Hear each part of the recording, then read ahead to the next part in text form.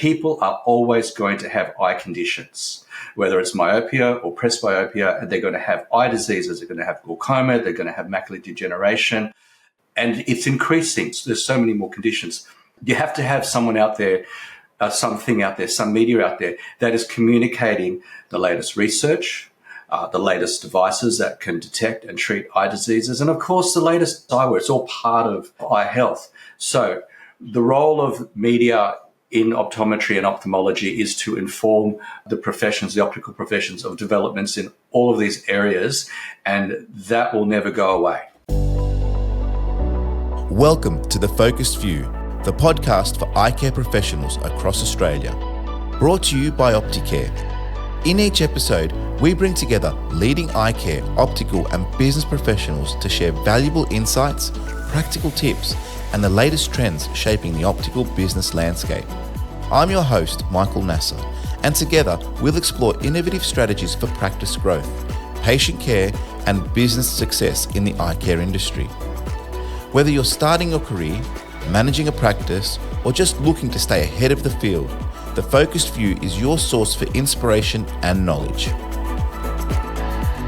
Thank you for having me, Michael. It's great to be here. Generally, when we start off, it's always good to get a little bit of background as to the people that we're speaking to. So I guess in your instance, it's not any different. So can you tell us a bit about yourself? I've been working in magazines since literally 1986, I think. And I've worked for Australian Geographic. I worked on that magazine for a long time, became their expedition manager and ended up serving as a trustee there, and I still am. I run the Explorers Club in Australia and New Zealand, which is a very old club, been around for about 120 years. And most notably, I am the publisher and owner of Mivision magazine and digital media. Tell us more about Mivision. Well, Mivision it's an optical communicator to all eye care professionals, originally for Australia and New Zealand, but increasingly around the world. And what drew you towards the optometric ophthalmic sector? Well, I've been working in magazines for quite some time, as you know, but I never actually owned my own magazine. And I'd come to a realization that if I was doing okay as an employee, but if I really wanted to get ahead, I had to own my own publication. And of course, take on the risks of doing so. By that time, I'd known quite a lot about magazines and what magazines would make money and what magazines wouldn't. What magazines would make an impact and what wouldn't. And I knew it had to be in the healthcare sector. So we looked at many different types of healthcare sectors and basically arrived at originally optometry, and then eventually we became optometry and ophthalmology. So that's how we chose to begin Mivision. And when I say we, I started Mivision in conjunction with my then business partner, Mark Cushray, who, he's 50% of the start of Mivision. Yeah, right. Pretty instrumental in getting it off the ground. And as with any business, when we go back to the startup phase, obviously, and the launch of it, obviously there would have been, I guess the main objective is just to get it going. But once it started to get some traction and you probably recognize that you'd picked the right vertical and were starting to kick some goals, did the goals, I guess, pivot from that point to not just having a successful magazine, but what did the goals then become for Mivision? And I guess, what are you hoping to achieve with it? Well, when we first started Mivision, we were pretty much an eyewear magazine focused on the optometry trade. And as the issues started to come out, we realized that there's a bigger story here that goes beyond fashion eyewear, and it's got to do with eye health. And when you start looking into eye health, there is so many important areas that you need to discuss. And this all involves optometrists and ophthalmologists talking together and working with each other. And it became clear that we had to become a publication that was informing both professions. That's the brief evolution of Mivision, of where it started from and where it became what it became, and still continues to go down that journey. Okay. I guess, transitioning then from eyewear fashion, I guess, which is probably the first instance that we gave of the industry as a whole. We're one of those unique professions where there is a combination of fashion and clinical with regards to how we work, and then tying that into broader eye health and the importance of eye health and some things there that we'll speak to. I can totally see how that, I guess, all joins together. If we look more broadly at the role of media in optometry, obviously we're focused very much on the optometry space with the audience that we speak to. What role do you see the media playing in the optometry space? There's one thing that the optical profession and how we work is changing.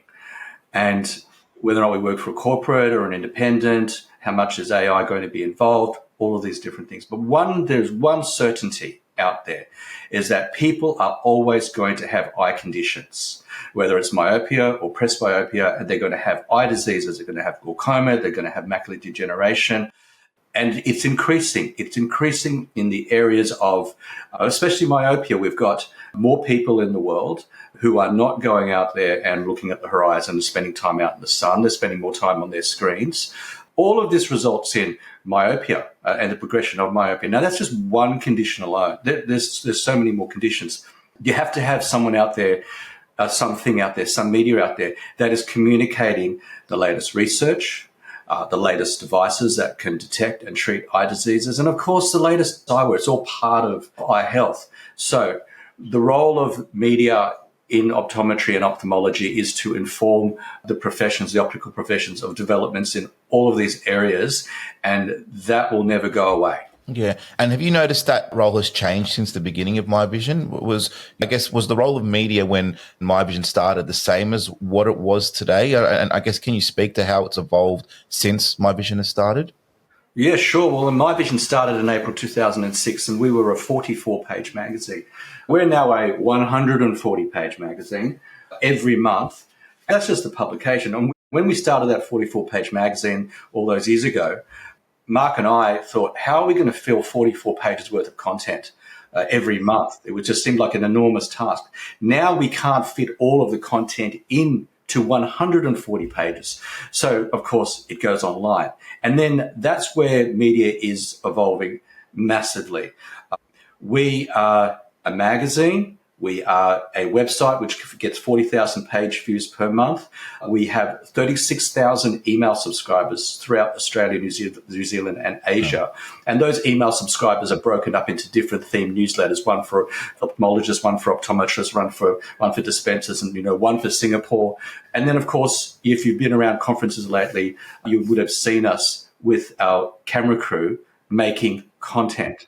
And of course, everyone knows that we have a huge following on LinkedIn, which gets thousands of views per post. So Mivision started off as a magazine. We are now a media company. We produce optical content and we distribute it across every single media that is making an impact out there. So people like to get their information in different ways. Most people still like to get it in a magazine, but some people like to get it as a e-newsletter or read it as a post on their phone, or whatever is people's preference for absorbing their media. We have to be at the very front of whatever they're reading or absorbing and getting the messages out there. And I'm sure when you started that first magazine, you said 2006, the social media. It was 2006, April 2006. Yeah. So again, smartphone. That was like 1 or 2 years before the iPhone. That's exactly right. Yeah, I was going to say. That was 1 or 2 years before the iPhone. Yeah, so smartphones weren't even around. Here's an interesting thing. So when the smartphone came out, okay, so basically if we were talking about media, traditional media in general, Fairfax had their big, Sydney Morning Herald, Sun Herald, which when you used to buy it on a Saturday morning, there was like 6 sections to it. It was really good because if you wanted to buy a car, sell a house, look for a job, or you had to go to the newspaper and you look through all these different listings. Fairfax made more and more money every year from advertising revenue from those classified sections until about 2007 when this device came out, the iPhone. And from the moment this device came out, their revenues, which they used to refer to as their rivers of gold, their revenues started to decline. And so, and have declined ever since, to the point where newspapers, along with a lot of other consumer media, consumer magazines, declined or shut down completely. The newspapers are almost gone, really. But interestingly, Mivision got bigger. The opposite happened with Mivision. So it is at its maximum. We can't actually fit more pages in a 500 mailbag. So the healthcare sector is different.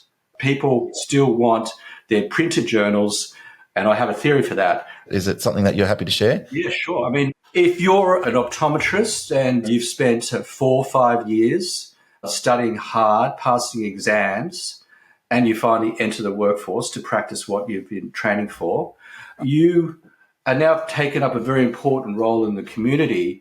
You're saving people's sight. You're fixing people's vision, but you're detecting early signs of eye disease and referring and things like that. And all of this information that you need to read is in this magazine. This magazine represents everything that you are and everything you've studied to be good at. And as an optometrist, you get this for free. You have earned that entitlement. So people, it represents them in the community. So they want every issue. They keep every issue. Plus, you've got your CPD learning inside here as well. So this is valuable to them because it represents optometrists, what they are in the community, and it's something that they've Yeah, I love that. So that's made Mivision much higher valued than, say, a newspaper or something which, you're reading for half a day and you're just throwing out. This is something people have worked hard to get. Because remember, Mivision, people don't have to pay for it. You get it for free if you're an optometrist and ophthalmologist. So it is really well supported by advertising because it costs a lot of money to print 6,500 140-page magazines and send them out every month. So our readers value the publication, and that's my... Since the beginning, obviously, with Mivision and through the development of the time that it started, and obviously as the development goes on, it's important that magazine, a print version, is still just as important as it was, if not more important than what it was when it began. And that's probably not what most traditional publishers will say about their printed, I guess, copies. So that's an important note to make.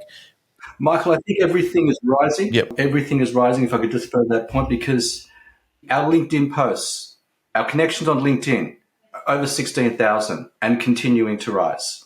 I mean, we get 300 new subscribers from India almost every month. So LinkedIn's going up.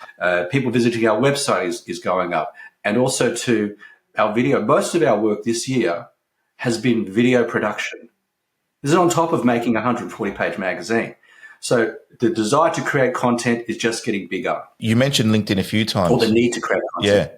And I think, one thing with LinkedIn, we refer to it more broadly as social media. Obviously, a key word there that we may oversee, because we probably look at social media as one term, is media. I mean, the word media isn't in the word, and it's a huge part of that word. It's half of that phrase, I guess. Not a word, more of a phrase. But you've seen the growth of LinkedIn in particular for our industry. It's up and coming, and it's continuing growing. How are you seeing its evolution within our industry and the importance that it has with, I guess, Mivision's mission and vision going forward? That's a great question. LinkedIn is unique. Out of all the social media platforms out there, it's the one that allows you to connect with people who work within a specific sector. Okay, so when I say we have 16,000 people connected to us on LinkedIn, they're not like, one's not a carpenter and another one's not a CEO of a tech company. They're all eye care professionals because that's who we've chosen to connect with. So we produce content and we put that content on our website, then we post it on LinkedIn. Because what do people do when they have a spare minute? A lot of people pick up their phone. Within LinkedIn, you've got special interest groups as well. Okay, so people are getting a feed. And so many people are doing it these days. Out of all of the digital channels that we are involved with, and that means website, e-newsletter, and things like that, nothing gets better results, more views, more eyeballs than a LinkedIn post. And there are certain LinkedIn posts that perform incredibly well. An average view after 1 week on LinkedIn is 1,400 views. We've got some posts that have got 12,000. I've been able to identify different elements in that post as to why those posts did better than others. All right. Something that I know we've discussed in the past is what Mivision has done with its website and how you've basically built a platform that enables content to be delivered in a particular way to the right person at the right time, I guess. Can you expand a little bit more on the evolution of Mivision in that regard? Mivision did not have a digital version of its magazine for a while. We now do. There was a good reason for that. It was because of the drug advertising. If you know a bit about drugs, you'll know that you just can't have them seen by everyone. So having a digital magazine available to everyone violated these rules in Australia. You could get into big trouble. So we decided to tackle that problem, and we created our own digital magazine. And what's special about this publication is that it actually automatically detects who's reading this publication. And if you are a healthcare professional, you'll see a version of the magazine which has drug content and advertising. If you're not a healthcare professional, like you're an optical dispenser or someone like that, or a practice manager, you will see everything except the drug content, which shouldn't be in your area of interest anyway. So this is the only platform that I'm aware of. There was nothing off the shelf available. We had to create this ourselves. It took 2 years, and we had to set up an API with the Australian Health Practitioners Registration Agency, which I don't think anyone's ever done that. That means taking it further, we can further curate content to readers on a large level. I guess that's evolving with the times, and obviously. So basically, everyone's eye care professionals go from ophthalmologists right to an optical assistant in an optometry shop. You're all part of the eye care journey for the customer or the patient, but your interest areas within optics is different. But you're all still part of the same thing. So different versions of Mivision for different audiences need to be created so people get given the relevant information. Yeah, and obviously it serves their interests better as well, because they're seeing what's relative to them as opposed to something that they might not be interested in. So I can totally see how that's a win-win for everyone. One area that I know Mivision has pioneered and been really involved with is the concept of CPD points, and with particular references to optometrists here. At what point did you identify the importance of CPD as an offering through Mivision? Pretty much probably around about 2010, I started to look at our clinical content of our magazine, and I came to this realization that it was of a standard that would be considered CPD. But you needed to have back then you had to have an assessment question and things like that to be able to qualify to earn learning points. It was points back then, not learning hours today. And there were no off-the-shelf packages. There were no, they call it LMSs, learning management system. There were no off-the-shelf learning management systems. So we had to write our own, and we still have our own one custom written. We don't use an off-the-shelf one. And so we launched our CPD platform in 2011, I think, and we were the first online provider of CPD. We were the first time someone could go read a story in our magazine, go to a website, answer questions, bang, you get your points through a direct API with Optometry Australia. Never existed before, and we pretty much had the market all to ourselves up until COVID. Okay. Since then, now there's webinars, there's CPD learning everywhere. We were never going to have the category to ourselves forever. It's just accepted. That's fine. But for many years, we did enjoy quite strong, and we were still quite strong. But interestingly enough, our CPD still continues to grow overseas, Asia, India. Our biggest market for CPD content right now is optometrists in Singapore. Wow. Without question. Was that planned, or did that? We basically started seeing a massive influx of subscriptions from Singapore. So there was no rules to say someone from overseas can't do our CPD. But all of a sudden, overnight, we were getting 100 people registering for CPD overnight from Singapore. And what we didn't know is that the Singapore government had made their OOB, which is the equivalent of our optometry board, they made CPD compulsory, like you had to do it. Got it. Okay. First Asian country that made CPD compulsory, except there was no CPD available. There wasn't that many conferences, and there was definitely no online, but there was this thing from Australia called Mivision Education, My Education. The Singapore government optometry board recommended us as a place to go to get your CPD. So instantly, we pretty much had 100% of optometrists and opticians in Singapore, workforce of about 2,900 people, sign up within a 6 months' time. And they do, I'd say your average Australian does about 10 courses a year with us. Obviously, it's Australian optometrists. The Singaporeans do like almost every one. Wow. So we have, it's huge. Okay. Our CPD content and platform is expanding massively in overseas markets. Does it look different to what it was when it first launched, or is the platform largely in part the same? I mean, you obviously pioneered the first online system. It's largely the same. We had to do a very painful rebuild when the Optometry Board in Australia changed the rules, and we went from learning points to learning hours, and you had to have all these different things. And so that, I have to say, was incredibly painful and very expensive, but there was no way around it. Had to do it. Behaves the same, but the whole site had to be rebuilt about 5 years ago, and it was a major cause of stress. I could imagine. What's Mivision's philosophy with regards to CPD points and its delivery? Is there something that you've always stuck by, or has it evolved over time? What's that philosophy that we could tease out from you?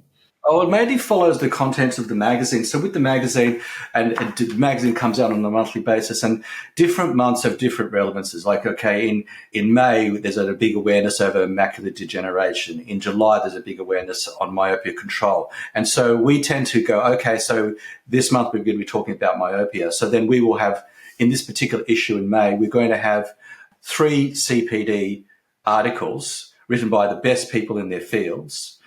We'll be all on clinical articles, the CPD accredited, and it's all on myopia and with the link MCQs. So that's our philosophy. Follow the flavour of the month, follow the awareness of the major advocacy groups, and whatever the strong messages that month, that's what we're talking about. Sounds extremely relevant too. How do you see the CPD or your CPD platform influencing optometrists in the future in particular? And I'm probably here with reference to niching and allowing, I guess, optoms to be able to pick and choose what they're wanting to do. How do you see your platform facilitating that? Well, our CPD platform has usually at least 80 courses on it at any one time. So we cover a wide variety of courses, and people have special interest areas, whether it's dry eye or myopia control or contact lenses. So you can select your interest areas and pursue the courses that further, which cater to your particular interests. So a lot of things these days, content and message, it's all about tailoring, giving people what their interests are. So you need to know what their interests are. Our CPD platform, people can declare if they're interested in dry eye or presbyopia or something like that. And then we will then recommend content towards them. Okay. In many ways, too, that dictates across a lot of the things that we do, especially in the work, as far as ophthalmologists are concerned. We know the subspecialty of every ophthalmologist in Australia and New Zealand. So we can send a message out just to ophthalmologists who practice in cataract.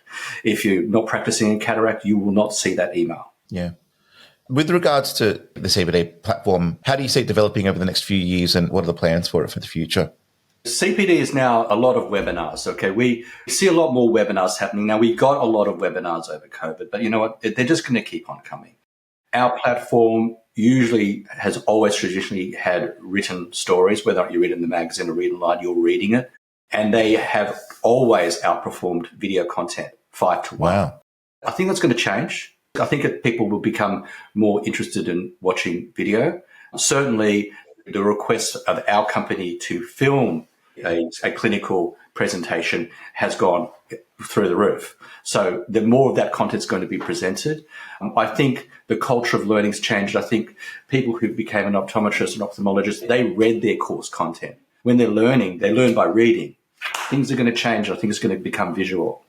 And so I see more video content coming in. Yeah, and it's interesting that you mentioned that. And I guess looking at it from a timing point of view, how I guess society is moving on, or I don't want to use the word aging, but how that's evolving, we can now see the importance of video. I mean, obviously COVID was a bit of a milestone moment where we switched from a lot of face-to-face meetings to online meetings. I mean, in the context of how we're doing this recording, for example. And I guess the video side of things now is just really starting to develop too. And we see that on all fronts. And we definitely recognize that occurring. So I guess it's also a sign of the times. Optometrists and ophthalmologists. Now, I know this is something that Mivision has been really proactive in with regards to whether it's improving the communication between the two. But can you talk to us about Mivision's view on the importance of the relationship between optometrists and ophthalmologists? The relationship between optometrists and ophthalmologists is incredibly important, and they really have to work collaboratively together.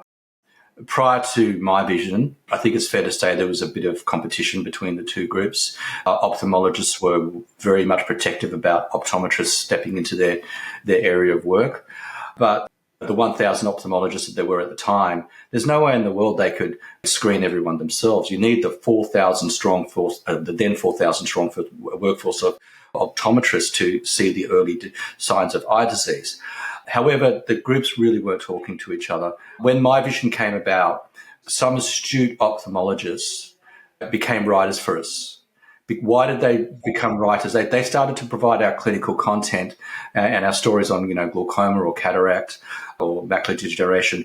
Why did they do it? Because they've spent 3-4 years, writing something, and they want it out there. They want it published. They want to be recognized as the expert in cataract, and they want the referrals. And they know these smart ophthalmologists knew that the referrals came from optometrists. So by getting their name out, they started to work more collaboratively with optometrists. So ophthalmologists are now they're not seeing ophthalmologists are not seeing optometrists as competition. They're seeing optometrists as a referral pathway, a very strong referral pathway. And the more they get to meet them, speak to them, present to them, the stronger that relationship becomes. And Mivision has given a platform for this exchange to happen and this relationship to build. Obviously, considering Mivision's international standing from the point of view of being available, obviously, in a few countries, and ophthalmologists obviously operate in those countries too. How do you see the relationship between optometrists and ophthalmologists overseas? And with particular reference to Australia, how do you see Mivision's role in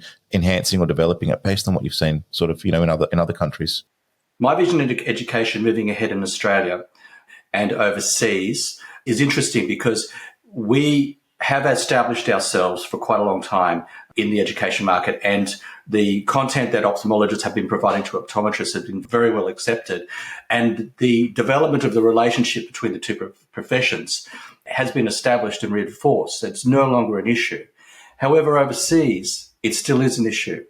There's a problem between ophthalmologists and optometrists and opticians. In many cases, they're kind of in conflict with each other. They're not working together. And so what we've been able to do in Australia, we want that to continue to develop overseas. So these different type of professions start working more collaboratively together. So that's where we see our biggest impact from CPD development. Absolutely. Is getting professions to be more collaborative in overseas markets. Totally get that. I did have one question, and something that has been cropping up a lot lately, and I'm sure you've seen it, the role of AI. I mean, do you see any significance and how's your view on it within the optometry space based on, I guess, the interactions that you have? It's a bit of a left field question, but I know it's one that is quite topical and everyone's a little bit interested by it. Do you see anything there or anything that we can sort of, draw on or speak to? Okay, the impact of AI. It's funny you should say this because 2 weeks ago, I took all of my key staff for a one-day course at the University of Sydney on AI to learn how to use ChatGPT and other tools. And everything we did changed from that day onward. Wow. And will never be the same again. Come on. Okay? That's awesome. We are much more, as a business, I know that I work 50% faster now with AI. So, if you apply that to the optometry profession, obviously the immediate uses of AI are to be a second set of eyes looking at a scan and confirming what the optometrist is seeing. The optometrist goes, yes, I think I'm seeing signs of glaucoma. And then AI will look and go, yeah, I see glaucoma as well. Great. We're seeing glaucoma. It's a second set of eyes. But it could really start to take over initial conversations with a patient who's calling in or writing an email for an inquiry. It does it very, very well. Now people go, well, there goes my job. Well, maybe not.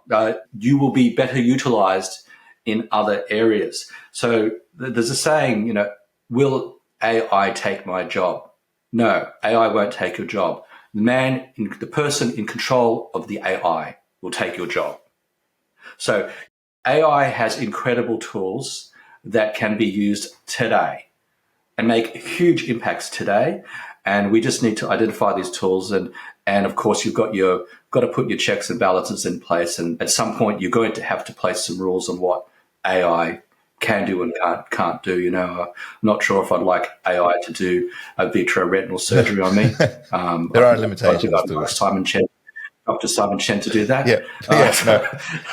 But it's fair to say that obviously as time evolves, it will become more and more prevalent and it will seep through the industry in many ways. And I think the main take home is not to be worried about it. And I feel like as a generation, I think we're used to, whether it was the introduction of social media and seeing how that's affected our lives. And, it's sort of just that's that next wave of, I guess, of development from a technology point of view, and how it starts to enhance our lives will be really interesting to see. But yeah, we're not immune to it and we're going to totally be a part of that. And so it'll be interesting how that develops. Reflecting on our conversation today, what are the key insights you hope some of our listeners take away? A bit of a summary or a bit of one point that you want to resonate with the audience. If there's one key point that I'd like to make today, and it's something that's been reinforced to me personally, is you cannot stand still. You cannot stop learning. You have to keep learning. You have to learn what these new applications do. You have to learn what this new software does. You have to keep on going to these conferences. If you think you're doing something a good way or you're having problems with someone, trust me, someone else has faced that problem. They found a solution. They found a software program. Always make yourself better, because today, if you're doing nothing, you're going back fast. And before you know it, your competitors are more efficient than you, providing more value than you, doing better service than you, and you're so far behind, you can't catch up. So keep up, because the world's moving faster. Yeah. No, I love that. And that's in essence of what we're trying to provide with this platform. It's the ability for people to be able to learn and listen and develop that interest too. And obviously it goes without saying, Mivision, the CPD program that you provide and all the education that you provide just generally with the magazine, obviously it is a beacon there of what's happening and what's occurring and what the future holds. And I think, checking in with Mivision definitely can assist people with knowing what's happening with the industry at a broader level too and educating. I feel like this is a silly question because I feel like everyone in Australia has heard of Mivision. But in any case, if our listeners are interested in learning more about you or Mivision, how can they get in touch or how can they find out more about, the Mivision product? The simplest thing to do is go to our website, which is mivision.com.au. And of course, as everyone knows, it's MI Vision. And from there, the whole world opens up. You can get a subscription to the magazine. You can get a digital subscription. You can join our database. You can start seeing our video content. So, just go to mivision.com.au and that's where you start your journey with us. Awesome. Well, that link will be in the show notes for people to check out too if they want to find out more. But that's all good for today, Todd. Thank you so much for your time and thank you for your insights. It's been much appreciated. Thank you, Michael. It's been a pleasure. Stay connected by subscribing to The Focused View and visiting our website www.thefocusedview.com.au for additional resources and episode summaries. We look forward to your company again in our next episode. Until then, keep focused. I'm Michael Nasser. Bye for now.